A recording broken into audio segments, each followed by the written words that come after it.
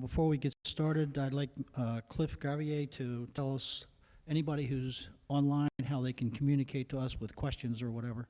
Cliff? Mr. Morris, this meeting is being broadcast in two different formats. Yes. It says speaking to the microphone.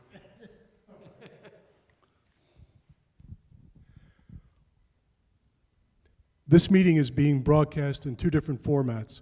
One is our traditional format on our Granicus platform that you can find on our town's homepage, townofbethanybeach.com, by clicking on Government and then going to the left side of the page and click on Live Video Broadcast. Or it's also available on YouTube on the Bethany Beach Gov YouTube channel. If you have any questions about any of the issues that are raised in today's meeting or the budget in general, you can direct those questions to questions at townofbethanybeach.com. That's questions, plural, at townofbethanybeach.com. Mr. Morris. Thank you, Cliff. Before we start the meeting, I'd like to, since we are live and on video, I'd like to introduce the council, or the members on the committee. Denise Boswell, Marty Decree, Jerry Dorfman is absent. Joe Healy, Mickey Hinman's not here, and Fulton Lapatio. Also here is our town manager, Cliff Gavier, assistant town manager, John Apple, Janet Connery, our financial director, Will Wharton, IT director, and Molly Daisy is upstairs, the town clerk. She's taking minutes for the meeting. So with that, I'd like to have an approval for the agenda. Second? All in favor? Aye. Opposed? No. Minutes from the February meeting, February 20th, 2020. Have a motion to approve? Second. Second. Any discussion?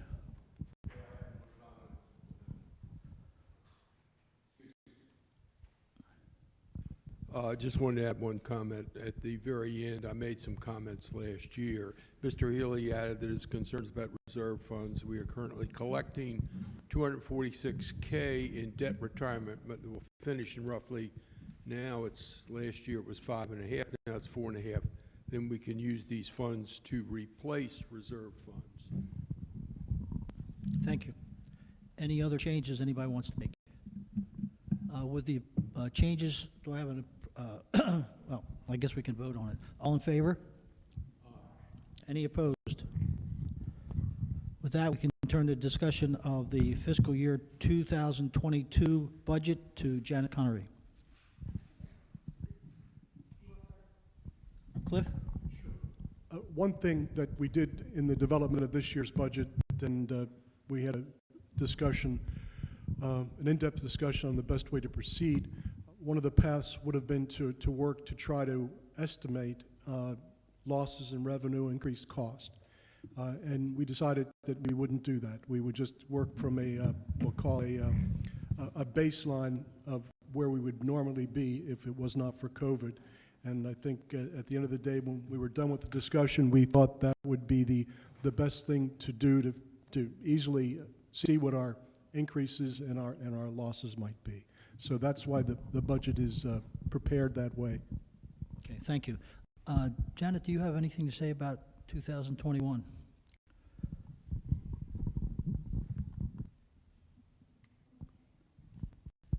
There we go.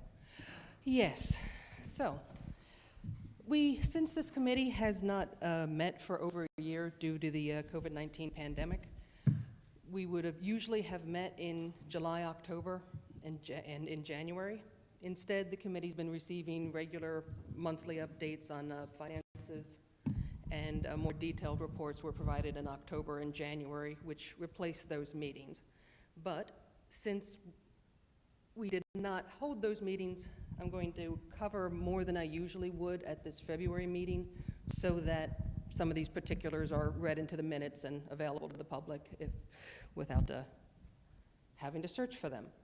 So, as I said, normally we dive right into the budget in February meeting, but instead I'm going to start with a recap of the current year, talk a little bit about COVID, then the current year budget, and then we'll touch a little bit on the capital plan. So, starting with the current year, fiscal year 2021, we've got 2 months left, and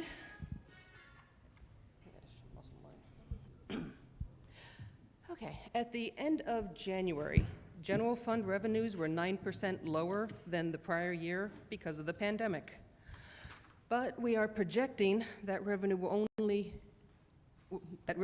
end the year only around $125,000 under budget. This is because our transfer taxes have been very, very active this year. Many housing sales going on. I think there are more people coming to live at the beach now. But our transfer tax revenues have already surpassed the budget by $725,000. And projections are we'll receive at least another $100,000 in the last 2 months of the year, February and March.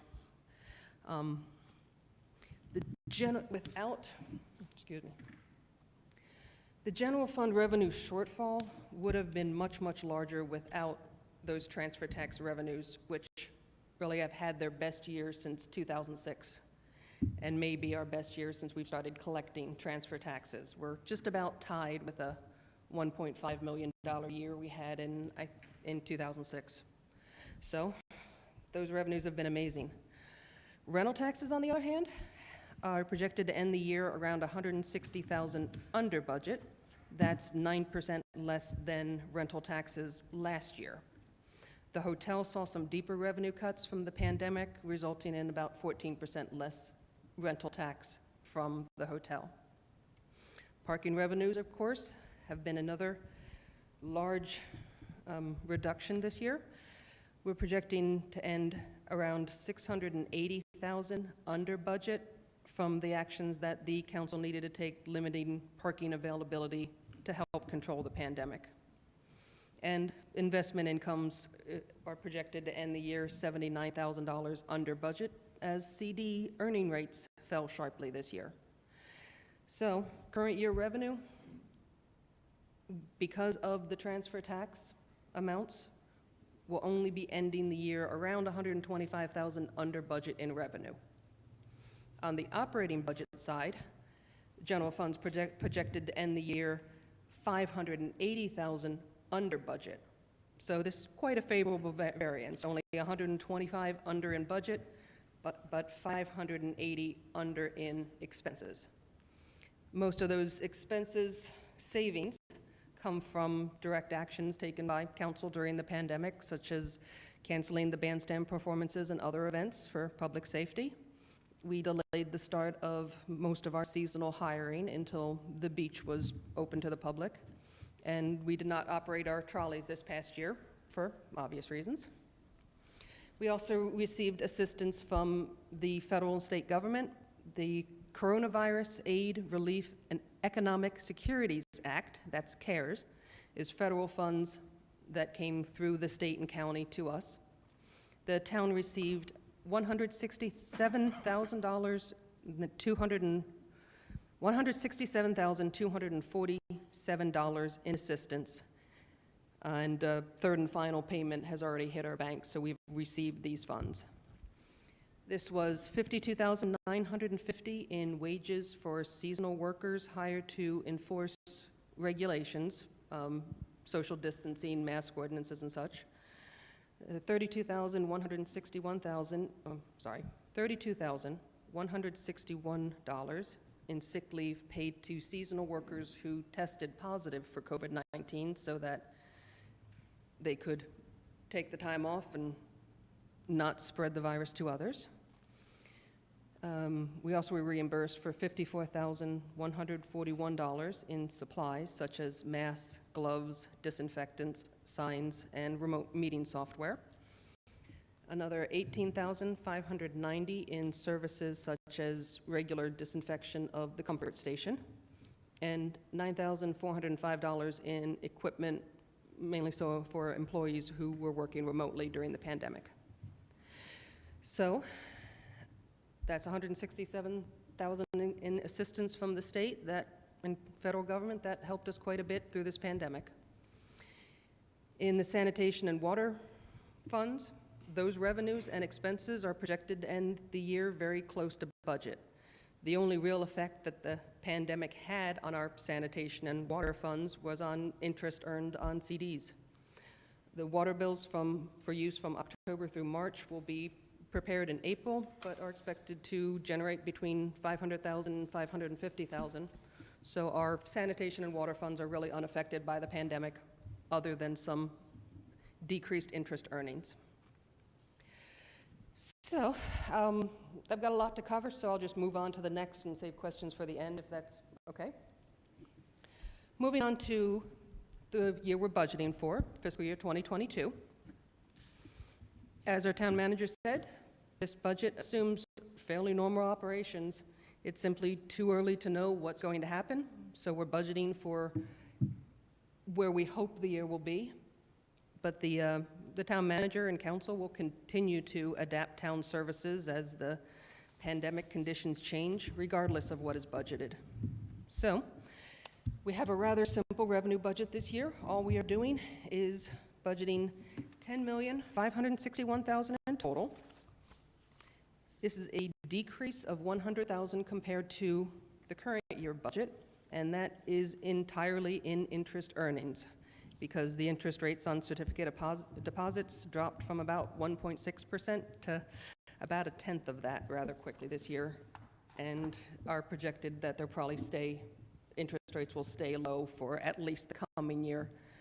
So about the only revenue we had any confidence in saying whether it was going to go up or down was interest earnings, so we are budgeting $100,000 less due to that drop in revenue. We've made no changes to taxes or fees in this draft budget. Moving on to the operating budget. The total operating expense budget is $9,338,000. This is an increase of $299,000, which is 3.3%. This is $18,000 less than the January draft that the committee reviewed, because the pension rates for the coming year, we received the actual rate and they were lower than my estimate. So this budget is $18,000 less than the one that was reviewed in January.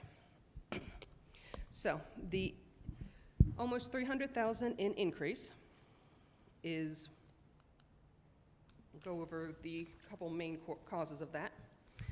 Full and part-time employee wages are increasing about $101,000, that's 3.7%, and benefits increasing $68,000, which is 4.8%.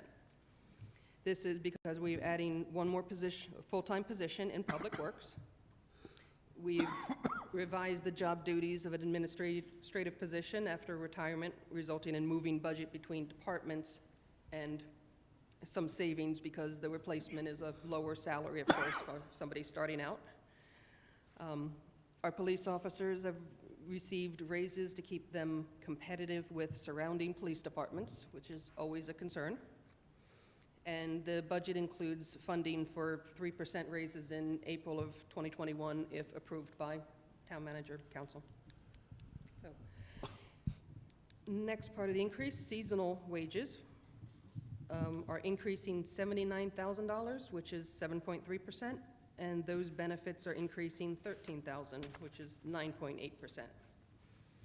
That $79,000 is made up of a $40,000 increase to lifeguards, which is to keep the beach fully staffed this year.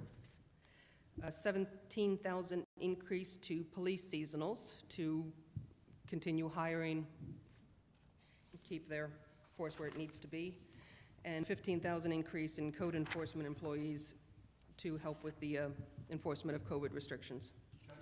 And on that issue, this is a substantial increase in salaries. This is a increase in staffing. We will attempt to overhire at the beginning of the season because of the problems we had last year, and deal with that as we move on. But that's the main reason for that significant increase, is an increasing in staff for seasonal employees. And of course, personnel is the main cost of the town, making up at least 60% of our costs. That's where most of the increase is. Non-personnel operating expenses are increasing only $38,000, which is 1%. So we have a very simple budget It's really just last year plus about 3% to manage staffing needs, increase some seasonal staffing, add a public works employee, but only increasing the total budget by 3.3%. In the capital and debt budget, the general fund capital budget is $1,255,000. This includes $600,000 for restoration of the deteriorating loop canal bank, or it includes $300,000 for road and alley work not covered by the municipal street aid grant. We receive about $124,000 a year in municipal street aid, and this money supplements that so that we can keep our roads in good condition. The capital budget includes $175,000 for improvements to drainage around the new park. There's $110,000 in vehicle purchases, adding 2 new police cars and purchasing 2 used trucks for administrative and lifeguard use. And there is $50,000 toward engineering of the Bladder Dam project, which is, of course, drainage, and $20,000 for a commercial grade 60-inch lawnmower with bagger. In the Sanitation Fund, the capital budget is $210,000 to replace a rear-loading trash truck. And in the water capital budget, we have $100,000 to replace equipment and the distribution system as needed. And these are just, we budget $50,000 for equipment, $50,000 for the pipes. We're not sure what we're going to need this year, so those are just budgeted as needed. And the water department has a debt service budget of $246,000, which is for repayment of the loan on the water tower. At the current rate of payment, this loan will be finished December of 2025 rather than the originally scheduled June of 2034, since we are basically doubling our payments on that water tower. Now, our town reserves are on page 3 of the budget, which is the page that gives the breakdown of each fund. We start with the projected cash and investments for this at the start of the year. We add the revenue we're budgeting to receive during fiscal 22. Then we subtract out what we're allocating to cover operating expenses, capital projects, specific reserves, and a 15% operating reserve. When we're budgeting, all projected funds that are not allocated to one of those other lines I just mentioned go into the capital replacement reserve. And that capital replacement reserve in the sanitation and water funds are above the recommended minimum, above the recommended minimum and below the recommended maximum as determined by our fund balance policy. In the general fund, our storm emergency relief fund is projected to increase from $2,050,000 to $2,300,000 by the end of fiscal year 2020. Excuse me.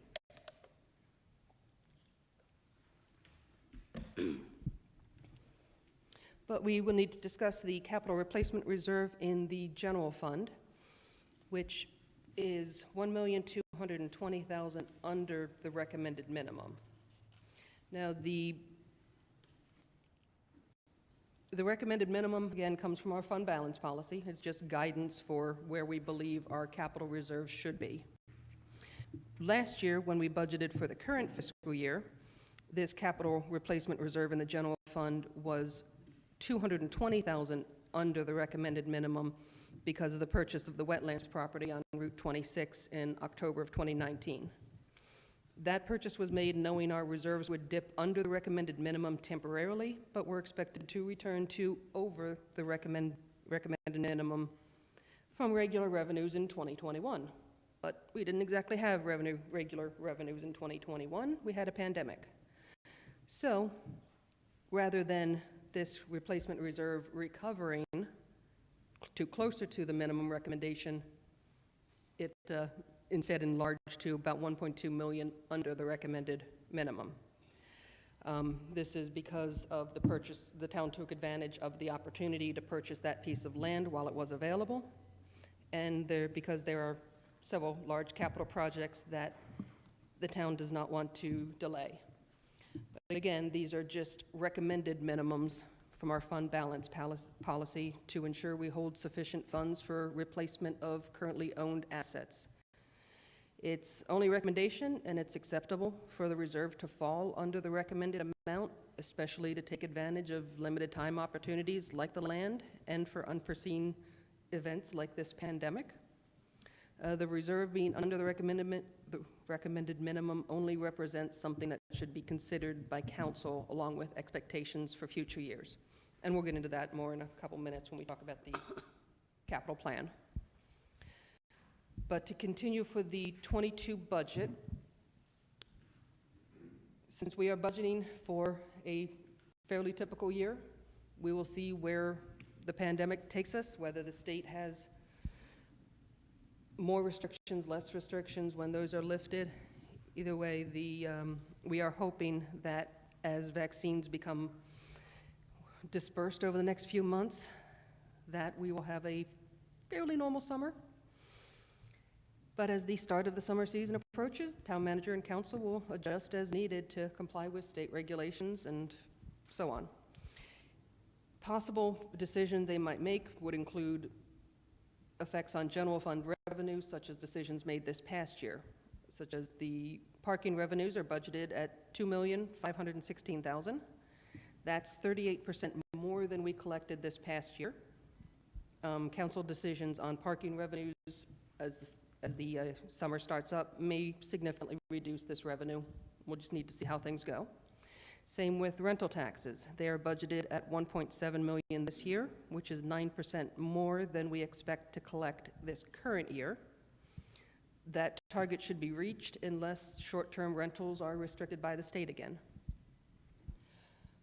We also did not issue shuttle permits to bring out-of-town buses into town, and that generates $68,000 a year. So if we operate those shuttles, we can expect to collect $68,000 this year, but if the decision's made not to, then these are the revenues that we would not collect, or would see decreases to.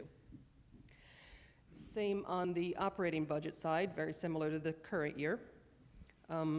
Bandstand performances are budgeted at $135,000, same as last year, when our actual costs were only about $3,000 because we canceled performances. Council may decide to reduce these events or make other changes for the pandemic to protect public safety. Trolley operations normally cost around $90,000 a year. During this past year, when the trolleys were not operated, our costs were only $13,000, most of which was insurance. And we have 4th of July fireworks budgeted at $35,000 and the parade budgeted at $30,000. Again, as things get closer and we see how the year's progressing, council will make decisions as to whether we are going to hold those and have those expenses. And that is all I have on the budget. So I'll move on to the 5-year capital replacement and improvement plan for a few minutes. Okay. This is an internal planning document.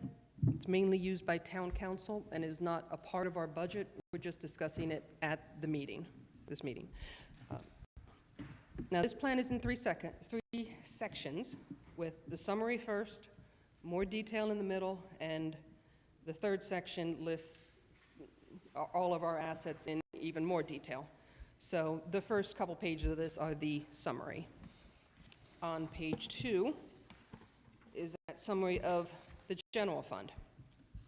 And as we were just discussing, the bottom line figures show that the projected amount of funds under the recommended minimum will be $1,220,000 under the recommended minimum in 2022. And if we had not been hit by this pandemic, I run the numbers and we would have been positive by almost 1 million.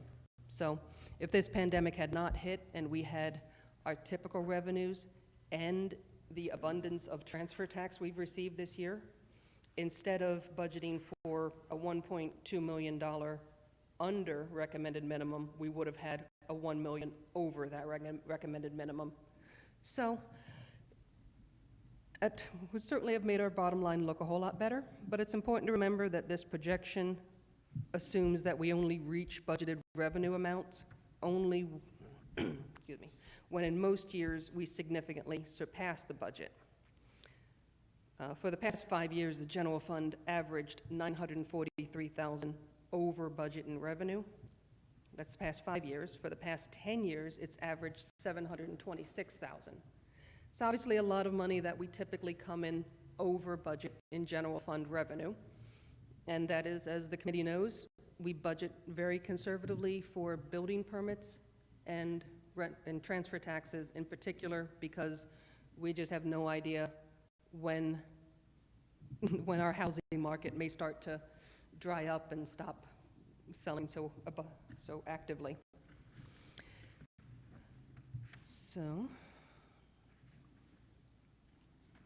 So whenever we look at projections for the general fund, it's important to remember that these are the most conservative projections. In typical years, town takes in between $726,000 and $943,000 more than we budget. So, bare bones budget, if we brought in exactly as budgeted, we'd have some problems with our long-term capital replacement reserves. We're hoping to have better than budgeted revenues in several circumstances. But one thing to notice on this projection is the very top line is projected starting funds in cash, investments, and receivables. And this projection runs from 2022 to 2027, and that amount is $7 million for all 6 of these years, pretty close to $7 million. So this really indicates that our cash is staying the same while we are putting money aside into the SURF reserve, into the capital reserve, and it really shows that if our revenues are modest, then this town can't build up both the SURF and the capital reserve while doing major capital projects. However, if we included the $943,000 that I said the last 5 years we average above budget in revenue, if we include that in this projection, then the bottom line figure, bottom right, end of 2027, changes from a negative $2.5 million to a positive $3.2 million. So it's very important to consider whenever we're looking at these, whatever building permits and transfer taxes do, we don't want to rely on it, but we know that there's a high likelihood that we will receive those additional revenues the next few years, which would take this from being negative 2.5 at the end of 2027 to positive 3.2 at that same point. Really, our general fund reserves can rebound quickly because of those transfer tax and building permit revenues when the money's not being used on capital projects. Moving on, the next page of this, page 3, is sanitation.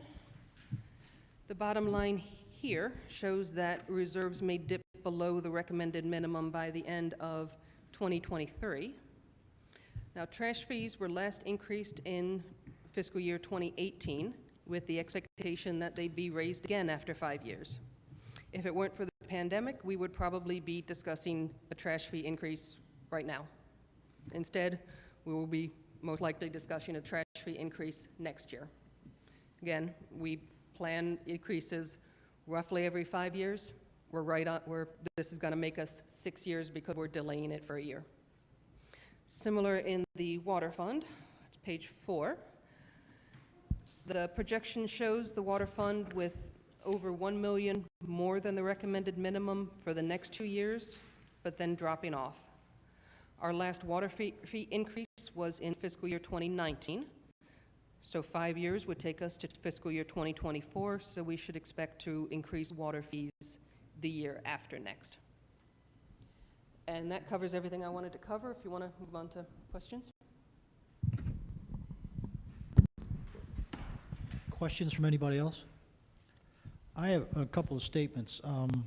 First of all, with the replacement of our vehicles and so forth, even though it appears that we're delving into these things are projected year to year, so we automatically have funds available for that.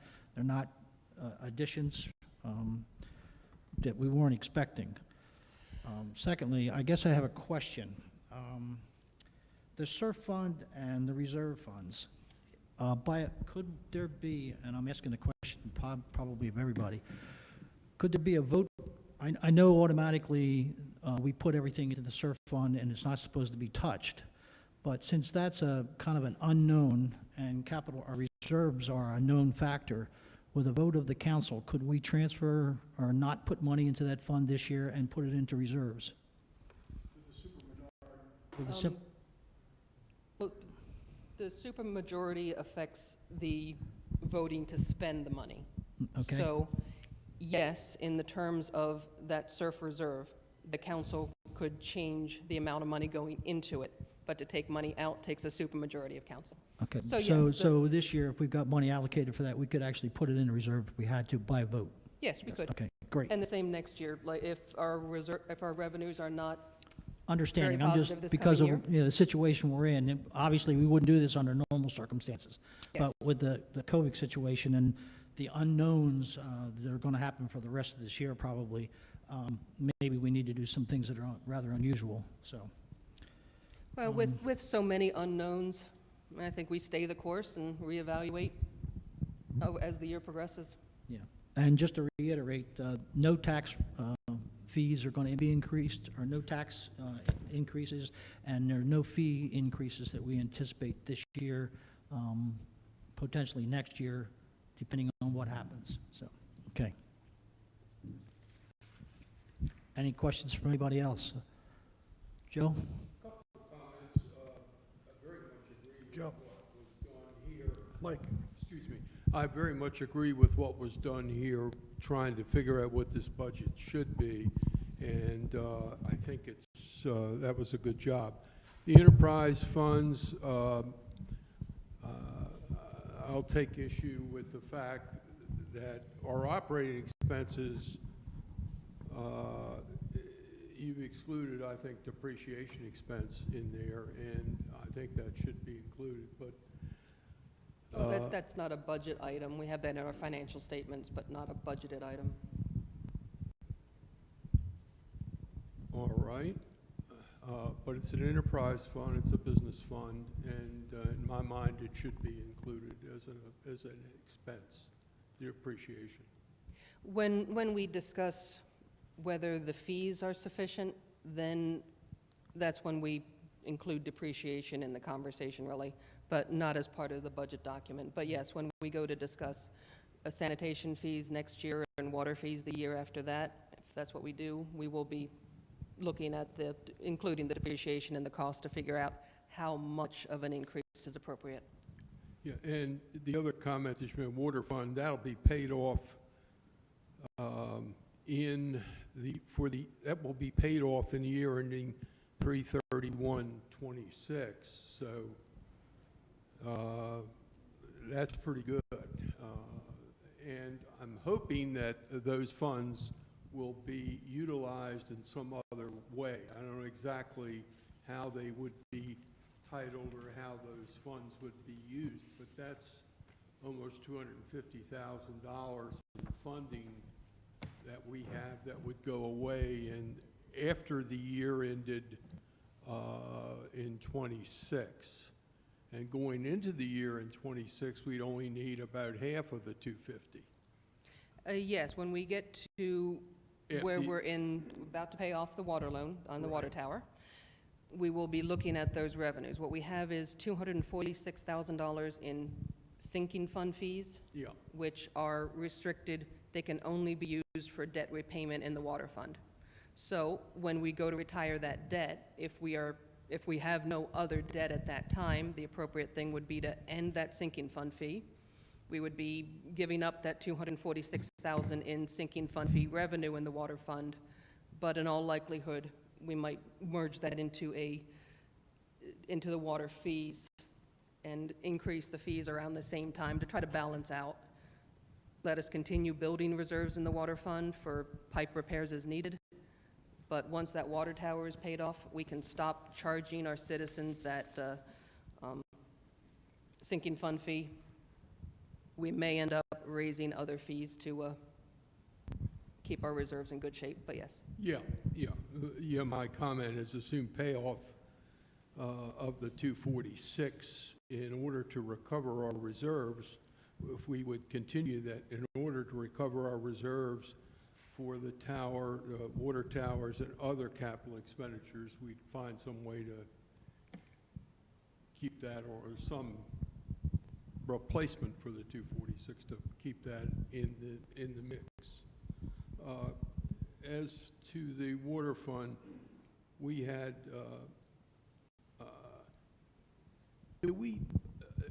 I don't think you don't have to answer the question. I don't know the answer, but the standpipe itself, when will we replace that? That's just a question, and that's not. It's a screwy deal. Okay, well, on the capital replacement reserve, the last page, 9, the standpipe's a little more than halfway down. It was constructed in 1980, and the expected life expectancy on that is 70 to 80 years. So 1980 plus 80 years is a little further out than we're planning right now. And that's the average expectancy, so. Yes. So, and of course, we'll assess it as years come closer, but that's one of the purposes of this capital plan, is to lay out our assets. And each year, the department managers review it. They let me know what condition it's in, about what year they think we might be replacing it, kind of a ballpark figure. These are very rough numbers, but they are to lay out what we might have in coming years. But that's not quite on the radar yet. Yeah, and then the other, when will we need to drop a new well? It looks like we put one in 2011. That'll probably last 10 to 20 years before we need another one. Is That's that fair? outside of my expertise, but is one reason that those are listed. It looks like we've got a little room there. Yeah, and the wells are listed as needed, because they aren't something that, reaches a certain lifespan and starts to go bad. It's more, how's the aquifer? There's a lot of more affecting it than just time, so. Yeah, and then remember last year looking at the water fund budget, I would have bet you $1 to a donut that we would have been $200,000 under our projection in revenue. And as opposed to that, we'll probably be slightly over our projection for revenue. And this year, see pretty much the same thing, but I'm really shocked at the utilization. The water actually did not decrease. Yeah, both water and trash indicated that Trash is all right. we've got about the same number of people here as we usually would. Trash is fine, but the water thing, I would have, I just figured that our crowds would be less, but there had to be people down here, so we held that particular line item stayed the same. Thank you. Mr. Lapadia. That's loud, isn't it? I had a question on the parking, which is a big part of our revenue. Last year we did the 15-minute parking, and I assume we're doing our parking budget within this budget thing based on the fact that all parking, there'll be no 15-minute parking, that all parking will be there. Has there been any pressure to do 15-minute parking? Like, I remember when we cut it off in the fall, they wanted to keep it again. Has there been any questions, or do you think to anticipate? I don't know. I just was curious as to, when you were thinking about the budget. Parking and possible changes to parking in the coming season will probably be a council topic, agenda item for March and/or April. Right now, based on what's going on with the pandemic and restrictions, there's an interest in keeping 15-minute parking. So unless there's a substantial change, I would see us doing that. Right. There is a little pushback from some retail stores that don't like it. They say it discriminates against their type of business. But again, we have a good number of vendors who are food establishments, and so we think we have a good balance with a number of spaces. So I wouldn't be surprised to see us do 15-minute again this summer. Okay, that's what I said. And then, so that's why I was curious, because it's the same budget that we had before when we didn't have 15-minute parking. So you would think there'd be, I don't know how many spaces we allocate, and I would assume there'd be some loss in revenue, right? We allocated 50, but as I began the discussion here today, Right. we said we would just stay with what our normal baseline is Right, to see what the impact okay. of COVID is, either plus or minus, so. Okay. Thank you. Yes, sir. Joe? Mr. Just a comment on that 15-minute parking. That seems like with the people driving in to carry out from a lot of these businesses, that's really been very helpful, I would think. Established restaurants have told us it's been a lifesaver for them. Yeah. It's changed their whole dynamic, yes. Very much so, it seems to me. So I really think it was a good idea, and I think it worked. You know, a side of that is I think it helped a lot with traffic because people were not stopping in front of the stores, just sitting there waiting for Good somebody point. somebody to run in and out. So there are several advantages other than monetary. So any more questions from the committee? Mr. Krabbe, we have anything online? No. Nothing online? Okay, for a brief summary, even though we had the pandemic this year, it appears because of the revenue loss, but the lack of use by us, we are financially very sound in this town this year, and I would hope that next year would be even better. So with that, if there's no more comments, I have a motion to adjourn. Oh, just Oh, Janet? next meetings. Oh, okay. We're looking at scheduling the public hearing.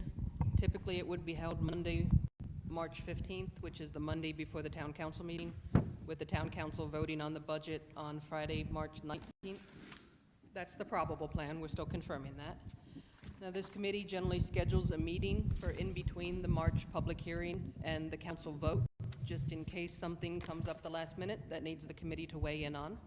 So we'll be scheduling a committee meeting probably for Tuesday, March 16th. 10 o'clock's our usual time. So that's the most likely, but that may change if the public hearing is scheduled for a different day. If you guys want to mark your calendars, our next meetings after that will most likely be July 15th and October 14th. And that's all I have. Okay. Any other comments? Did I hear a motion to adjourn? Second. All in favor? All right. Meeting's over. Thank you. Thank you to the public.